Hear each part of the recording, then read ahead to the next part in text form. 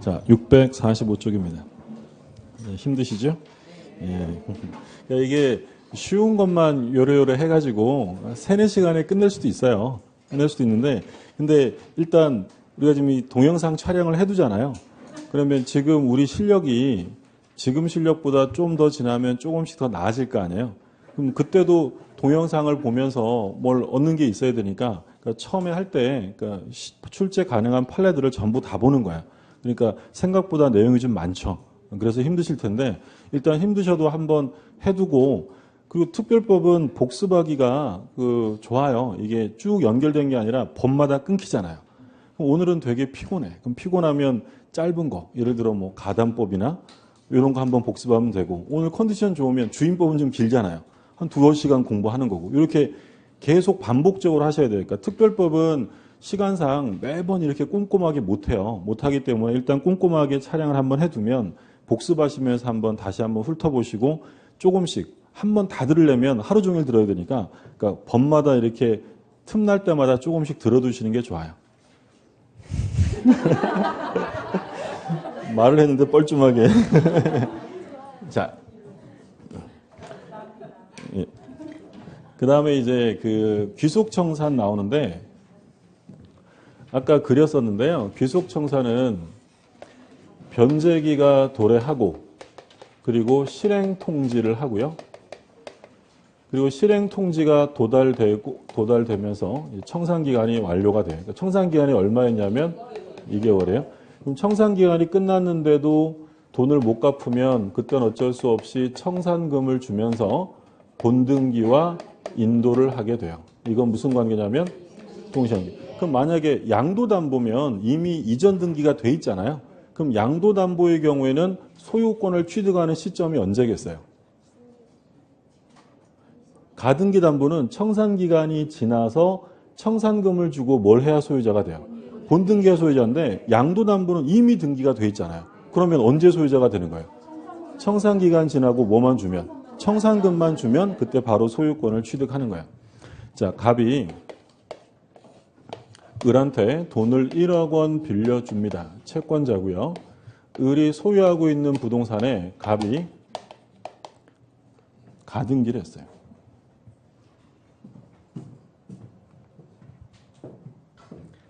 지금 소유권자는 을로 되어 있고 갑이 담보가등기를 설정을 합니다. 자, 그런데 이제 변제기가 됐는데 을이 돈을 안 갚았어요. 그러면 이때 이제 갑이 할 수 있는 건 일단 아까 경매할 수 있다고 했어요. 경매하면 이게 뭘로 변해요? 저당권이 되어 순위에 따라 배당받고 끝납니다. 근데 이제 귀속청산을 하는데, 그러면 변제기가 지나서 뭘 해주라고요? 실행통지. 그러니까 실행통지는 변제기 전에 해도 돼요? 변제기 후에 해야 돼요? 변제기 후에. 그러면 이 갑이 실행통지를 합니다. 그럼 누구에게 실행통지를 하냐면 채무자 등에게 해요. 채무자 등이란 채무자, 물상보증인, 제3취득자를 말합니다. 이 사람들이 있으면, 여러 명 있으면 한 명에게만 하면 안 되고 전원에게 해야 돼요. 전원에게. 그러니까 지금은 채무자밖에 없잖아요. 근데 만약에 을이 채무자고 병이 자기 건물에 담보가등기를 설정해주면 병은 뭐가 되는 거예요? 물상보증인이죠. 또는 을이 담보가등기가 된 거를 병한테 팔았어요. 그럼 병은 뭐라고 불리는 거예요? 잼자.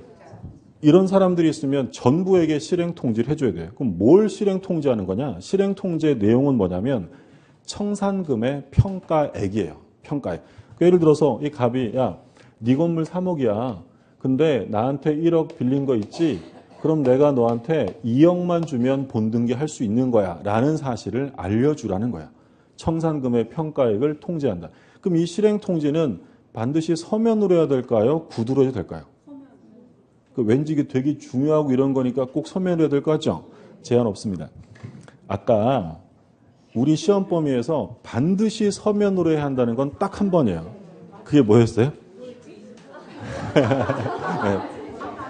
재건축 참가 여부 최고.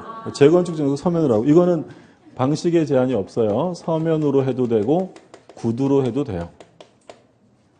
서면 구두 가리지 않고. 그러면 이 건물이 3억이라는 걸 누가 평가하는 걸까요? 감정평가사의 평가를 거칠까요? 갑이 평가하는 걸까요? 갑이 알아서 하는 거예요. 갑이 내가 볼 땐 3억이다. 이렇게 평가하는 거예요. 그러면 누구한테 분류할 수 있죠? 을한테. 남들은 4억이라는데 내가 볼 땐 3억이야. 난 2억만 줄 거야. 라고 통지했다면 이 통지가 무효냐 유효냐가 문제인데 이 통지는 유효합니다. 객관적 평가에게 미달되는 통지를 했다. 이 통지도 유효해요. 그러면 누가 피해볼 수 있냐면 채무자 등이 피해볼 수 있잖아요. 그러면 채무자 등은 나중에 정상적인 청산금을 주지 않으면 본등기를 거부하면 돼요. 본등기를 거부하면 되는 것이지 실행 절차가 무효화되는 것은 아니다라는 게 판례예요. 딱 생긴 게 시험에 잘 나오게 생겼죠? 예. 객관적 평가에게 미달되어도 유효하다. 그러면 이런 경우가 있을 수 있어요. 갑이 야 3억에서 1억 빼니까 내가 2억만 주면 소유자가 될 거야 라고 했는데 실제로 남는 돈이 한 1억 5천밖에 안 되는데 2억이 남는다고 얘기를 한 거예요. 그러면 이 갑은 나중에 미안, 실수할 수 있어요? 줘야 돼요. 줘야 돼요. 채권자는 통지한 청산금에 대해서 자기가 통지한 청산금이 있으면 이 청산금에 대해서는 나중에 다툴 수 없어요. 책임을 져야 한다는 거죠. 그러면 이제 채무자 등에게 실행 통지가 도달이 되면 그 즉시 이 내용과 도달 사실을 누구에게 알려줘야 되냐면 후순위 권리자에게 알려줘야 합니다. 이 사실을 바로 누구한테 알리라고요? 후순위 권리자. 그럼 등기부상에는 지금 후순위 권리자가 없는데 이게 예를 들어 등기부 갑구예요. 등기부 을구를 봤더니 A가 저당권 1억 원, B가 저당권 1억 원 이렇게 돼 있어요. 그럼 여기서 후순위라는 건 누구보다 후순위라는 거예요. 지금 담보가 등기 얘가 지금 기준이에요. 얘보다 빠르면 선순위, 얘보다 늦으면 후순위가 돼요. 그러면 구가 다르니까 순위번호로 비교가 안 되죠. 뭐 가지고 비교하면 돼요? 접수번호를 봤더니 얘가 접수번호 제일 빠르고요. 얘가 두 번째고 B가 세 번째예요. 그러면 후순위자라는 건 누구를 말하는 거예요? B를 말해요. 그럼 선순위자에게는 이 사실을 알려줘야 돼요? 알려줄 필요 없어요? 알려줄 필요 없어요. 선순위자한테는 왜 알려줄 필요가 없냐면 선순위자는 이게 얼마가 남는지 알 필요도 없고 궁금하지도 않아요. 왜냐하면 얘가 본등기를 하게 되면 선순위자는 없어져요. 갑이 인수해야 돼요. 어차피 갑이 갚아야 되니까 청산금이 남든 말든 얘는 관심 없어요. 근데 얘는 후순위자는 청산금이 남으면 받을 수 있지만 청산금이 없으면 못 받고 없어지는 거예요. 그러니까 얘한테는 이런 사실을 꼭 알려줘야죠. 그럼 얘가 뭐라고 알려주냐면 야, 네 건물 3억인데 내 돈 1억 빼면 2억인데 그럼 갑이 본등기하면 누구 걸 인수해야 돼요? A 거를. 그럼 A 건 누가 갚아야 돼? 갑이 갚아야죠. 그럼 여기서 1억을 또 빼야죠. 남는 거 1억 이하라는 사실을 알려줍니다. 그러면 후순위자의 채권액은 빼요, 안 빼요? 안 빼요. 누구 것만 빼는 거예요? 선순위자. 왜냐하면 선순위자 것만 책임지면 되니까. 그럼 만약에 지문에 청산금 산정해서 청산금의 실행 통지할 때는 모든 채권자의 채권액을 고려해야 한다. OX예요. 틀려요. 누구 것만 고려하는 거예요. 선순위자 것만 고려하는 거고 후순위자 건 남으면 좋고 없으면 많은 거예요. 그럼 얘한테 이러한 사실이 통지가 됐다. 그러면 얘한테 왜 알려주겠어요? 돈 받아가라고. 그죠? 1억 남았으니까 돈 받아가라고 알려주는 거예요. 그러면 돈 받아갈 수 있는 사람은 지금 누구와 누가 돈 받아갈 수 있죠? 이 그림에서 보면. 지금 1억이 남았어요. 1억이. 그럼 1억 원을 가져갈 수 있는 사람이 누구겠어요? 일단 채무자. 내 건물이잖아요. 채무자랑 누가 있어요? 후순위자. 그럼 둘 다 청산금을 청구할 수 있는 사람인데 채무자도 있고 후순위자도 있으면 누가 우선하게 될까요? 자, 이 후순위자는 누구에게 돈 빌려줬죠? 채무자예요. 그럼 당연히 누가 우선해요? 후순위자가. 그래서 가담법에서는 채무자는 어쩌고 저쩌고 하는 경우에 후순위자에게 대항할 수 있다라고 써 있을까요? 대항할 수 없다라고 돼 있을까요? 전부 다 채무자는 후순위자에게 대항할 수 없어요. 그러면 후순위자가 채권의 증서와 명세를 제시하고 1억 원을 받아가면 끝나는 거예요. 근데 X라는 사람이 있는데 X는 누구냐면 자기가 이 후순위자 B의 채권자라는 거예요. 그러면 얘가 청산금 1억 원을 얘한테 털어야지 본등기할 수 있는데 이 X라는 사람이 청산금 채권을 압류 또는 가압류 해버립니다. 그러면 갑이 후순위자에게 1억을 주면 돼요, 안 돼요? 안 돼요. 압류 들어왔잖아요. 근데 문제는 얘한테 청산금을 못 털어버리면 얘도 뭘 할 수가 없어요? 본등기를 못 하는 거야. 그러면 이런 경우를 대비해서 가담법은 이런 사람이 나오면 청산금을 어떻게 하라고 돼 있냐면 법원에 공탁하라고 돼 있어요. 공탁. 그러면 공탁은 청산기간 경과 후에 해야죠. 후에 공탁을 해야 합니다. 왜냐하면 본등기는 청산기간 전에도 할 수 있어요. 청산기간 후에 하는 거예요. 후에. 그러니까 요 두 달이라는 시간은 누구를 위한 마지막 시간이에요? 채무자를 위한 마지막 시간이기 때문에 요 청산기간 안에서는 절대 본등기 못 하는 거야. 그러니까 지금 여기서 청산기간이 지난 다음에 이제 청산금을 공탁하고 본등기하면 된다라는 거죠. 여기까지 되셨죠? 예. 근데 이 부동산에 C가 살아요. 이 C는 누구냐면 선순위 대항력 있는 임차권자예요. 그러니까 갑보다 빠른 대항력 있는 임차권자인데 보증금이 1억이에요. 자, 그럼 본등기하면 이 C는 없어져요? 갑이 떠나야 돼요? 떠나야죠. 그럼 보증금 나중에 누가 빼줘야 돼요? 갑이. 그럼 여기서 1억을 또 빼야죠. 야, 네 건물 3억인데 내 돈 1억, A 저당권 1억, 그리고 보증금 1억 빼면 남는 거 없어. 남는 거 없어. 그럼 남는 게 한 푼도 없다는 이 얘기를 채무자 등에게 통지해야 돼요? 안 해도 돼요? 반드시 해야 돼요. 청산금이 없어도 그 내용은 반드시 통지해야 되고요. 청산금이 없다고 통지하지 않으면 본등기할 수 없습니다. 반드시 알려야 돼요. 그러면 한 푼도 남는 게 없다는 사실이, 이 슬픈 소식이 누구한테 전해져요? 채무자에게, 마음을 비운 채무자에게 알려지고요. 그리고 바로 마음을 비우지 못한 후순위자에게도 알려져요. 그럼 누가 열받는 거예요?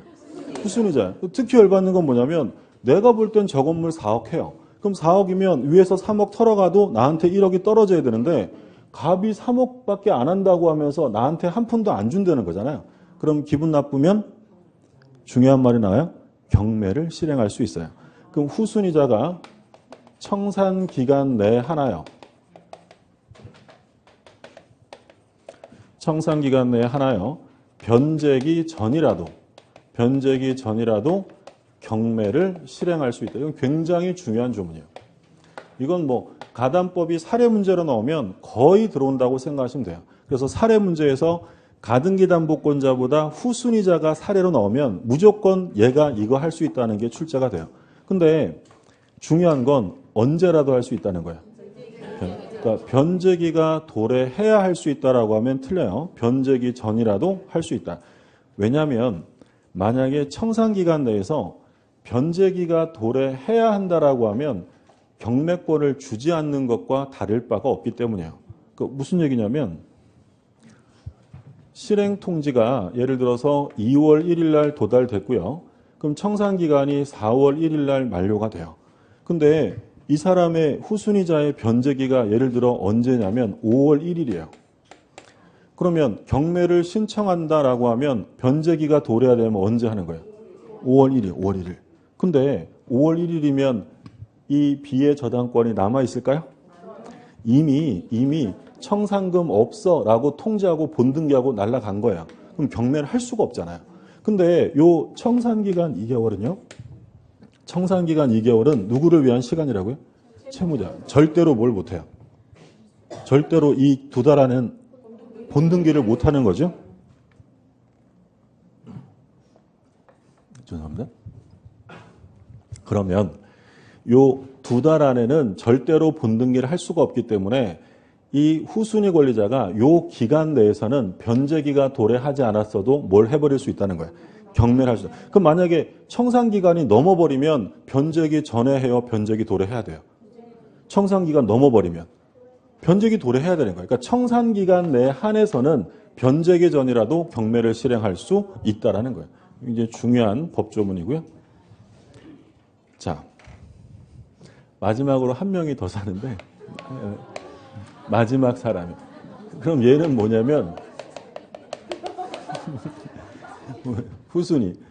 자기 집에 사는 것도 아닌데 짜증내서 후순위 대항력 있는 임차권자예요. 그럼 얘는 후순위니까 원래 본등기하면 갑에게 대항할 수 있을까요? 없을까요? 후순위니까. 대항할 수 없죠. 왜 없어져야 될 사람이에요?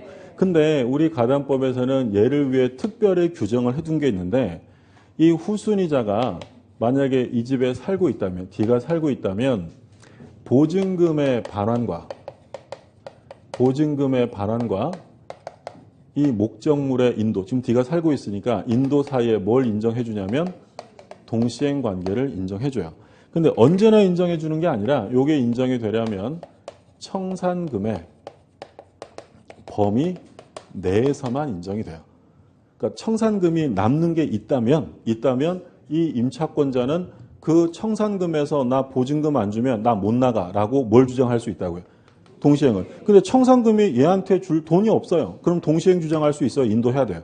그럼 당연히 인도해야죠. 청산금이 남았다면 동시행 관계를 인정해 주겠다라고 법률이 규정을 합니다. 정리되셨나요? 네, 처음에는 이게 좀 어렵게 느껴지는데 이 절차가 이해가 되면 사례 문제로 나와도 틀리지 않아요. 그러니까 이게 왜 그렇게 되는 건지를 좀 이해해 두셔야 되고요. 하나만 더 보면 사람을 보는 건 아니고요. 그러면 이 갑이 자기보다 선순위의 담보가 등기가 있거나 선순위자가 있어서 내가 1등 해야지라고 대신 돈을 갚았어요. 채무자 돈을 대신 갚았다. 그럼 갑이 을에게 뭘 행사할 수 있을까요? 구상금 채권이 생기겠죠? 그러면 이 구상권이 1억 원 생기는데 이 사람이 대신 변제하면 이제 이 담보가 등기로 담보받을 수 있는 건 1억일까요? 구상권이 포함될까요? 포함되어서 2억 원이 된다라는 거예요. 구상금 채권이 포함된다라는 게 판례고요. 그러면 채무자 입장에서는 이런 일 안 당하려면 어떻게 하면 돼요? 돈을 갚으면 될 거 아니에요. 돈을. 그렇죠. 돈을 갚고 말소시키면 될 거 아니에요. 그럼 언제까지 돈을 갚고 말소를 구하면 되느냐? 중요합니다. 언제까지냐면 그러니까 청산 기간까지일까요? 아니면 청산 기간이 넘어도 청산금을 받기 전까지일까요? 받기 전까지요. 그러니까 청산 기간까지라고 하면 안 되고 청산 기간 넘어도 청산금을 받기 전까지는 얼마든지 변제하고 말소를 구하면 돼요. 그런데 말소를 구하지 못하는 경우가 두 가지 규정돼 있어요. 첫 번째, 변제기로부터 몇 년이 지나면 안 되냐면 10년이 지나면 안 돼요. 10년. 그 다음에 두 번째는 누가 취득하면 안 되냐면 선의의 제3자가 취득하면 그때는 말소를 구할 수 없어요. 그러니까 가담법에서는 누구를 보호하는 거냐면 선의자를 보호하는 거예요.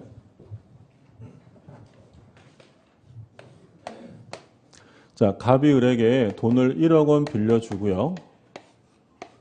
을이 갑에게 소유권 이전 등기를 했어요. 양도담보를 한 거죠. 그러면 이 채권자 갑이 진짜 소유자가 되는 시점은 언제죠? 이제 1억 원을 빌려주고 건물에 등기를 받았어요. 양도담보죠. 그러면 갑이 진짜 소유자가 되는 경우는 언제예요? 청산기간 지나고 청산금을 주면 그때 소유자예요. 근데 아직 청산을 안 했다면 갑은 양도담보로서의 등기를 가지고 있는 거지 소유자가 아니에요. 근데 외형상은 누가 소유자로 보이냐면 갑이. 그래서 병이 그거를 모르고 샀대요. 그러면 얘는 권리자에게 산 거예요? 무권리자 산 거예요? 무권리자. 그러면 얘는 소유권을 취득할 수 없는 게 원칙인데 가담법 11조에서 얘가 만약에 뭐라면 선이라면 소유권을 취득하겠다고 법률로 정해준 거야. 그러니까 제3자 보규정이 있다는 거죠. 그러면 이 경우에 을은 돈을 갚아도 얘한테 말소하라고 할 수가 없다는 거예요. 그래서 원래는 변제하고 말소를 시키면 되는데 안 되는 경우가 두 가지예요. 변제기로부터 몇 년이 지나면 10년. 그리고 누가 취득하면 안 되냐면 선의의 제3자가 취득하면 말소를 구할 수 없습니다. 자, 주요 내용은 다 끝났어요. 자, 645쪽을 보죠.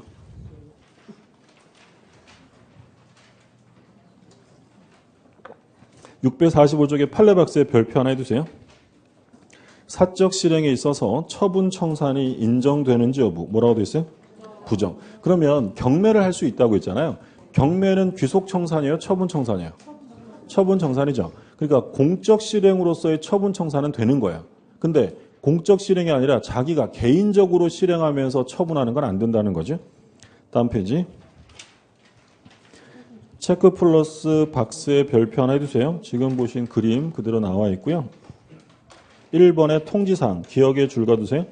통지사항은 청산금의 평가액이다. 니은에 별표 해두세요. 별표하고 줄 거두세요. 채권자는 그가 통지한 청산금의 금액에 관하여 다툴 수 없다. 또한 평가한 결과 청산금이 없다고 인정되는 경우에는 그 뜻을 통지해야 한다. 반드시 알려야 되고요. 그 다음에 동그라미 2번에 기억을 보죠. 통지의 시기는 변제기 이후여야 하며 변제기 이후라면 언제라도 상관없다. 그러니까 실행 통지는 언제 이후에 한다고요? 변제기. 그러니까 이런 것도 지문으로 나와요. 실행 통지는 변제기 전에 해도 된다. OX예요. 아니, 변제기도 도래 안 했는데 니네 집 가질 거라고 알리는 건 좀 예의가 아니잖아요. 그러니까 최소한 뭐는 지나야 돼. 변제기는 지나야 되고. 그 다음에 니은 청산금의 평가액을 채무자 등에게 통지해야 하며 채무자 등이란 채무자, 물상보증인, 담보가 등기 후에 소유권을 취득한 제3자, 줄여서 제3취득자. 그래서 채무자 등이란 이 사람들을 말하고요. 자, 통지 방법 별표해 두세요. 통지 방법, 서면이나 구두, 어떠한 방법으로 하더라도 상관없다. 그리고 채무자 등에게 알린 다음에는 첫째 줄 끝에 마지막 줄에 뭐라고 돼 있어요? 누구한테 알리라고 돼 있어요? 지체 없이 후순위 권리자에게 알리라고 돼 있죠. 자, 오른쪽에 판례 박스에 첫 번째 판례 별표 2개 해두세요.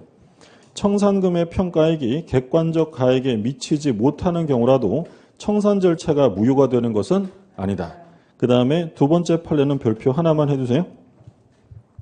가등기담보법상 실행통지는 채무자, 물상보증인, 제3취득자 모두에게 해야 한다. 전원에게 해야 한다고 했죠. 그리고 세 번째도 별표 하나 해두세요.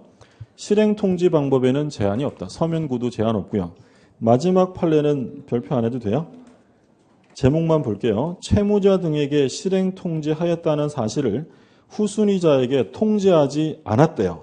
청산은 무효냐? 그렇지 않다는 거예요. 그러니까 지금 채무자 등에게 실행통지를 만약에 안 했대요. 이 청산 절차는 유효예요? 무효예요? 채무자에게 실행통지를 안 하면 청산 절차는 유효예요? 무효? 이건 무효죠. 이게 제일 중요한 거예요. 채무자에게 알리지 않고 본등기 할 수 없는 거니까. 근데 얘들한테는 알렸는데 누구한테 안 알렸다고. 후순위자에게 알리지 않았다는 건 이건 실행 절차가 무효가 되는 건 아니에요. 얘한테 왜 알리라 그랬죠? 돈 받아 가라고. 그럼 얘 주목적은 뭐냐면 돈 받는 게 주목적이에요. 그러면 지금 남는 돈이 예를 들어 1억이 있었는데 얘한테 알리지 않는 바람에 누가 돈을 받아갔겠어요? 채무자에게 1억이 남았다는 사실이 알려지고 그 다음에 후순위자에게 알려지면 누가 먼저 받아간다고요? 채무자는 대항할 수 없는 거예요. 근데 얘한테 안 알려줬으니까 누가 받아갔겠어요? 채무자. 그러면 얘가 나중에 광분하겠죠. 쫓아가가지고 당신 말이야 나한테 안 알려주는 바람에 내가 돈 못 받았잖아 막 이러면 갑은 어떻게 하면 될까요? 또 주면 되는 거예요. 얘따 받아라. 이중변제하는 거예요. 그러니까 이 경우에 이중변제 위험을 부담하면 되는 것이지 실행 절차가 무효가 되는 것은 아니다라는 거예요. 그게 지금 이 판례. 그 밑에 파란 글씨 보기 밑에. 후순위 권리자가 채권자에게 청산금을 지급해 줄 것을 청구하게 되면 채권자로서는 청산금의 이중지급 책임을 면할 수 없다는 취지일 뿐이지 무효가 되는 건 아닙니다. 다음 페이지. 청산 나오죠? 자, 이번에 청산 방법 나오는데 그 둘째 줄 마지막에 동그라미 2번 둘째 줄 마지막에 줄 거두세요. 청산금의 지급 채무와 부동산의 소유권 이전 등기 및 인도 채무 이행에 관해서는 동시행의 항변권에 관한 536조를 준용한다. 이 얘기하는 거예요. 둘은 무슨 관계냐면 동시행 관계. 자, 그다음에 청산금 나오는데 그 판례 박스에 줄 거두세요. 가등기 담보 채권자가 그의 권리를 보전하기 위하여 가등기 담보 채무를 대위변제하여 가지는 구상금 채권도 담보가등기의 피담보 채권에 포함되는지 여부 적극 이 얘기하는 거죠. 구상금 채권도 여기에 대신 갚아줬으니까 포함되고. 자, 니은에 줄 거두세요.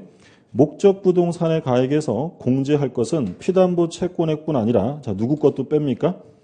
선순위자. 내가 책임질 건 빼야죠. 선순위자 채권과 선순위 대항력 있는 보장금도 빼는데 다만 누구 건 고려하지 않아요? 후순위자 거는 고려하지 않아요. 후순위자야 남으면 주고 없으면 많은 사람이니까 고려할 필요 없고. 자, 그러면 오른쪽에 4번. 자, 이 사람들이 가등기 담보하면서 야, 뭐 우리 사이에 청산을 하고 그래. 청산 면제 특약을 합니다. 소위 무청산 특약을 했어요. 그럼 이런 무청산 특약은 유효일까요? 무효일까요? 자, 이 무청산 특약이 유효면 괜히 공부했죠? 집에 갈 걸. 그렇죠. 다 무청산 특약 할 거 아니에요. 이건 당연히 무효예요. 무효인데 언제 이후에 하는 건 상관없냐면 청산 기간이 만료된 후에 하는 무청산 특약. 이 무청산 특약은 제3자를 해하지 않는 범위 내에서는 유효해요. 왜냐하면 청산 기간 후면 둘은 무슨 관계예요? 동시행관계는 스스로 포기할 수 있는 거야. 청산 기간 후에 하는 건 상관없지만 그전에는 안 돼요. 자, 보시면 청산 의무에 관한 가담법 4조 1항에 위반되는 특약으로 채무자 등에게 불리한 것은 무효이다. 근데 셋째 줄 마지막에 줄 거두세요. 다만 청산 기간이 지난 후에 하는 청산금 면제 특약은 제3자를 침해하지 않는 것이면 유효하다. 그 다음에 청구권자 나오죠. 2번에 줄 거두시면 동그라미 2번에 채무자가 청산기간이 지나기 전에 한 청산금에 관한 권리 양도나 그 밖의 처분은 이로 후순위자에게 대항하지 못하며 채무자가 누구에게 대항할 수 없다고요? 후순위자에게. 후순위자가 우선한다는 점만 확인하시고 그 다음에 동그라미 3번 청산금 채권이 압류되거나 가압류되었다. 그러면 뭐 하면 된다고 그랬죠? 청산금을 공탁. 그래서 첫째 줄 마지막에 채권자는 청산기간이 지난 후, 일단 후에 동그라미 하세요. 지나기 전에 하는 게 아니고 지난 후 이에 해당하는 청산금을 채무이행제를 관할하는 지방법원 지원이나 이런 데 공탁하면 돼요. 그 다음에 4번에 별표 3개 해두세요.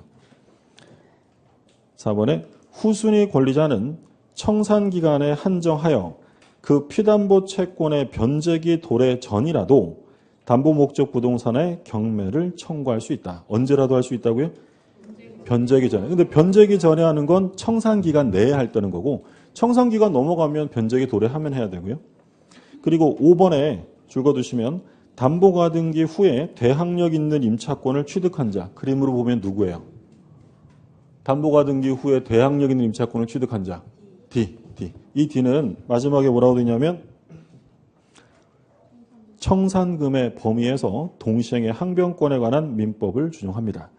청산금 범위 내 남았을 때만 돼요. 그 다음에 채무자 등의 말소 청구권. 언제까지 변제하면 된다고 했냐면 채무자 등은 줄 거두세요. 언제까지? 청산금 채권을 변제 받을 때까지. 그러니까 청산 기간까지라고 하면 틀리는 거예요. 자, 그리고 안 되는 경우 끝에서 둘째 줄 다만 이렇게 돼 있죠. 별표하고 줄 거두세요. 다만 채무의 변제기가 지난 때부터 몇 년? 10년이 지나거나 또 누가 취득하면 안 돼요? 선의 3자가 취득하면 말소를 구할 수 없습니다. 자, 다음 페이지 소유권의 취득. 양도담보는 말씀드린 것처럼 청산금만 주면 되고요. 담보가등기는 청산금 주면서 뭘 해야 소유자가 돼요? 좀 전에 봤잖아요. 담보가등기는 청산금만 주면 소유자예요. 본등기 해야 돼요. 본등기 해야 되고 양도담보는 이미 등기가 돼 있으니까 청산금만 주면 소유권을 취득한다고 돼 있는 거예요. 자, 판례박스에 별표해 두세요. 청산 절차를 위반하고 본등기했다. 그러면 그거 유효해요? 무효해요? 당연히 무효죠. 청산 없이 본등기 한 거니까. 근데 나중에라도 청산 절차를 거치게 되면 이제 등기는 실체관계와 불일치하여 일치하게 돼요. 일치하죠. 그래서 후에 청산 절차를 완료하면 유효등기가 될 수 있다라는 거죠. 그 얘기고. 자, 나머지 내용들은 뭐 참고로 보시면 되겠고요. 가담법은 말씀드린 것처럼 출제되는 것은 아까 적용 범위. 무엇에 부수해야 한다고 했죠? 소비대차. 빌린 것만 돼요. 그래서 매매대금 이러면 안 된다고 했죠? 그리고 차용액과 목적물 가액 중에 어느 게 더 클 때 적용되죠?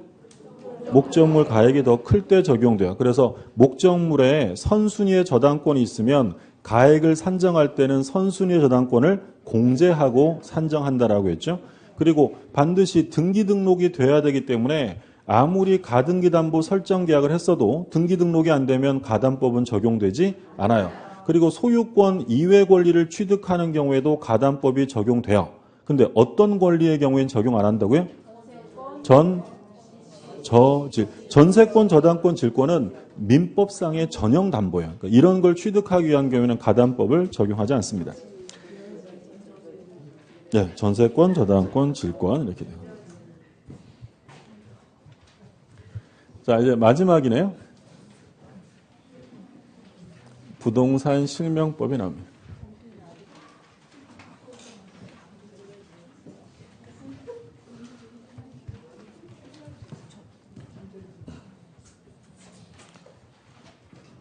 중개 실무 시간에 이거 명의신탁 공부하셨나요?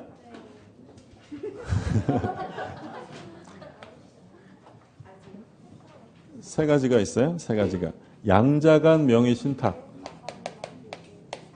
그 양자간이라고 하기도 하고 이자간이라고도 하기도 하고 이전형이라고 하기도 하고 기본형이라고 하기도 해요. 다 같은 말이에요. 제일 간단한 게 몇 명 나온다는 거예요? 2명 나와요. 갑이 을에게 명의신탁을 합니다. 그 명의신탁을 해서 소유권 이전 등기를 해주었다.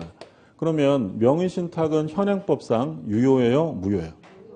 이거 무효죠. 그러니까 원래 명의신탁이라는 것은요, 우리나라에서 아주 오랫동안 해왔어요. 통설과 판례가 모두 유효하다라고 인정을 해왔는데, 근데 이제 법을 만든 거죠. 언제 만든 거라고 했냐면, 그 김영삼 정부 때, 문민정부 때 금융실명제를 하면서 모두 실명화하겠다는 거예요. 부동산도 실명화하겠다라고 해서 만든 게 지금 나오는 부동산 실명법이에요.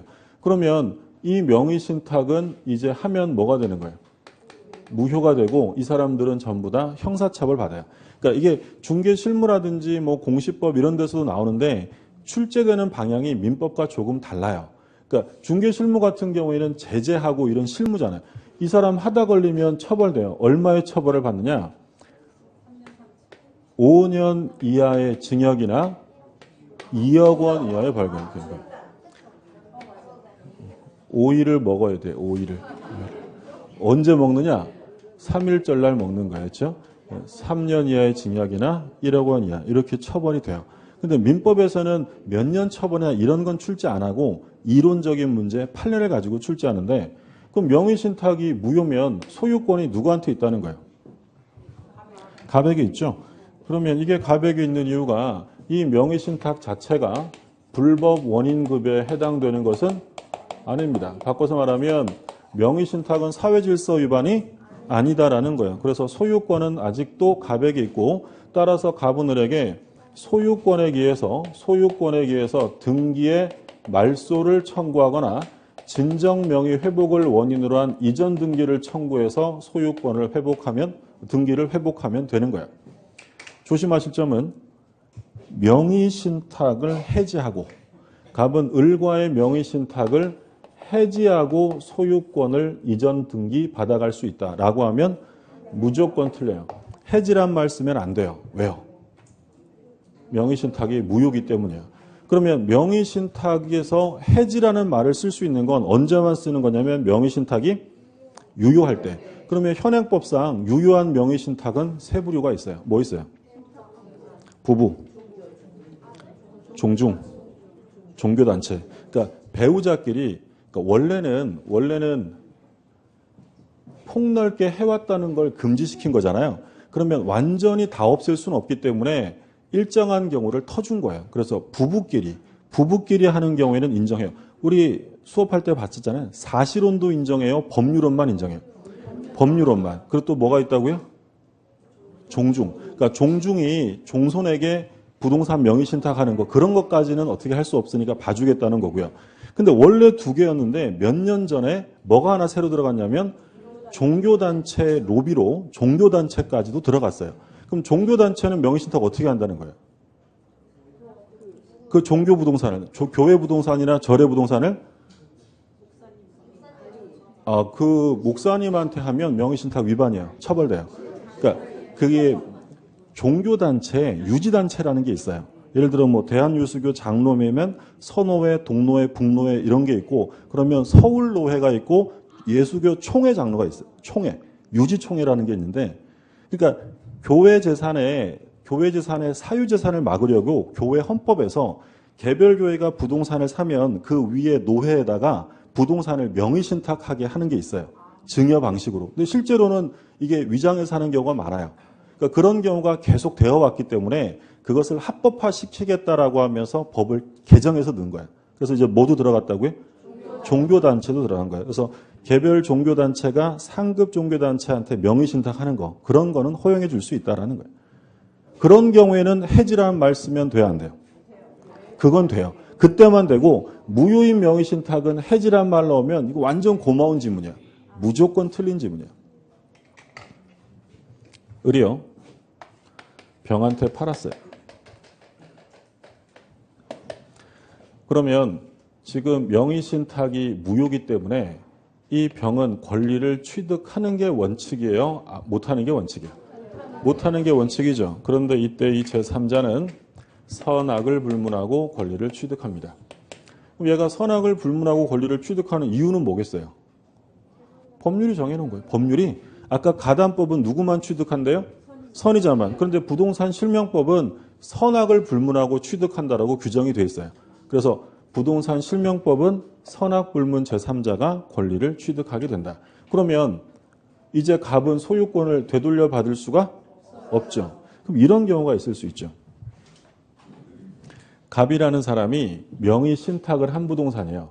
근데 을이 그걸 가지고 있으면 갑은 을에게 소유권에 기한 방해 제거로서 등기 말소를 구할 수 있다고 했죠. 근데 이 부동산이 누구한테 넘어갔냐면 제3자에게 넘어갔어요. 근데 어떤 일이 있었냐면 우연하게 이 제3자 명의로 넘어간 다음에 얘가 돈을 빌린 게 있어서 경매가 실행된 거예요.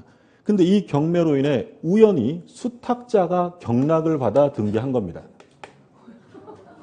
무슨 말인지 되겠어요?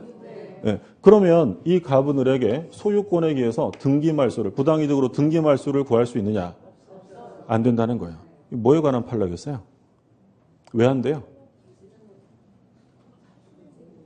답은 다 맞추셔서 소유권에 기한 물권적 청구권은 반드시 소유권이 있는 자가 하는 거고요. 소유권을 잃어버린 자는 더 이상 물권적 청구의 주체가 될 수 없어요.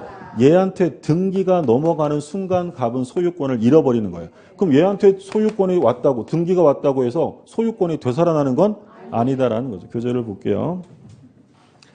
그래서 653쪽에 제일 위에 줄 거두세요. 첫째 줄 가운데 명의 수탁자 앞으로 가등기만이 행해진 경우에도 적용된다. 꼭 본등기만 해야 명의신탁 아니에요? 가등기도 명의신탁이고 다만 위 무효는 제3자에게 대항하지 못하는데 제3자의 선의하기를 불문한다. 거기 별표해 두시고요. 제3자는 선악불문 취득이고 먼저 양자간 명의신탁이 나옵니다. 괄호 1번에 명의신탁 약정과 수탁자 명의 등기는 무효가 되고요. 둘째 줄 마지막에 다만 명의신탁 약정은 무효이므로 갑은 을을 상대로 명의신탁을 해지하여 등기 말소를 청구할 수는 없고 거기에 별표해 두세요. 해지하면 안 돼요. 해지는 언제만 한다고요? 명의신탁이 유효할 때만 하는 거예요. 할 수 없고 소유권에 기한 방해제거 청구로 을 명의 등기 말소를 청구할 수 있다. 자, 맨 밑에 괄호 2번입니다. 양자간 명의신탁에서 수탁자가 신탁부동산을 처분하여 제3자가 유효하게 취득하고 이로써 신탁자가 신탁부동산에 대한 소유권을 상실하였다. 그러니까 지금 누구에게 넘어갔다고요? 병에게. 그림에서 보면 병에게 넘어갔어요. 그럼 갑은 소유권을 상실하게 되는 거죠. 그럼 보세요. 상실하였다면 다음 페이지에 명의신탁자의 소유권에 기한 물권적 청구권, 즉 말소 등기 청구권이나 진정 명의 회복을 원인으로 한 이전 등기 청구권도 더 이상 존재 자체가 인정되지 않는다. 따라서 그 후 수탁자가 우연히 신탁부동산의 소유권을 다시 취득하였다 하더라도 누가 취득했다고요? 수탁자. 저기서 을이 취득했다는 거야. 그러면 신탁자가 신탁부동산의 소유권을 상실한 사실에는 변함이 없으므로 여전히 물권적 청구권 존재 자체가 인정되지 않는다라는 거죠. 자, 괄호 3번은 맨 마지막에만 줄거두세요. 맨 마지막에 가운데에 뭐라고 되어 있어요? 불법 원인급에 해당한다고 볼 수 없다. 이게 반사회적은 아니다라는 얘기죠. 그 얘기고. 그 다음에 중간 생략형하고 이제 계약형이 차례대로 나오는데 여기서부터는 조금만 쉬었다 볼게요.